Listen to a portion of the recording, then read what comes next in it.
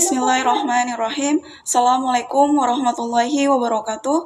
Izin perkenalkan diri, saya Viviani Mole, mahasiswa program studi pendidikan guru Madrasah Ibtidaiyah dengan NIM 2203050002.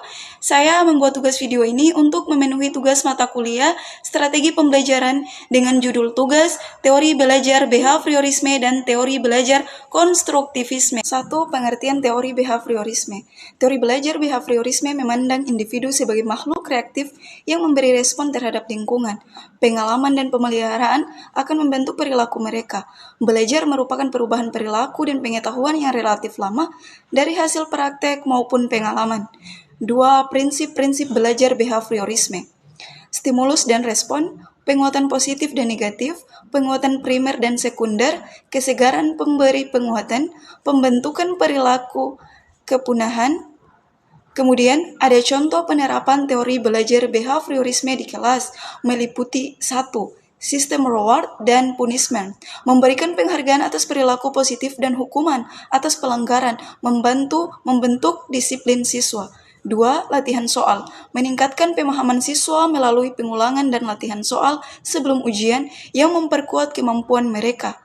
3. Penilaian dengan poin, menggunakan sistem poin untuk mendorong siswa mematuhi aturan kelas di mana pelanggaran mengakibatkan pengurangan poin.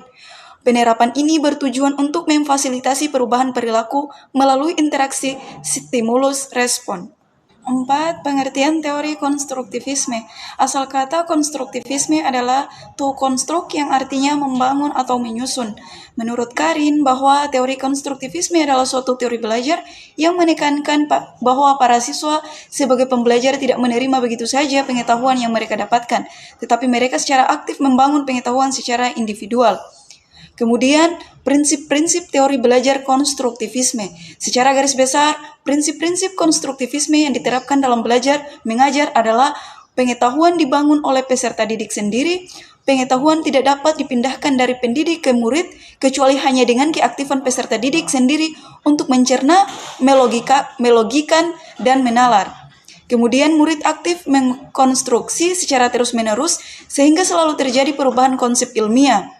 Pendidik hanya sekedar fasilitator untuk membantu siswa dalam mengkonstruk pengetahuan, menggunakan struktur pembelajaran seputar konsep penyelesaian masalah.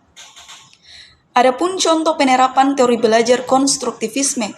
Penerapan teori belajar konstruktivistik dalam proses belajar pembelajaran dapat menggunakan beberapa metode belajar, seperti penjelasan atau ceramah, tanya jawab, diskusi, penugasan, dan bermain peran. Sekian video dari saya, kurang dan lebihnya saya mohon maaf. Wabillahi taufiq wal hidayah. Wassalamualaikum warahmatullahi wabarakatuh.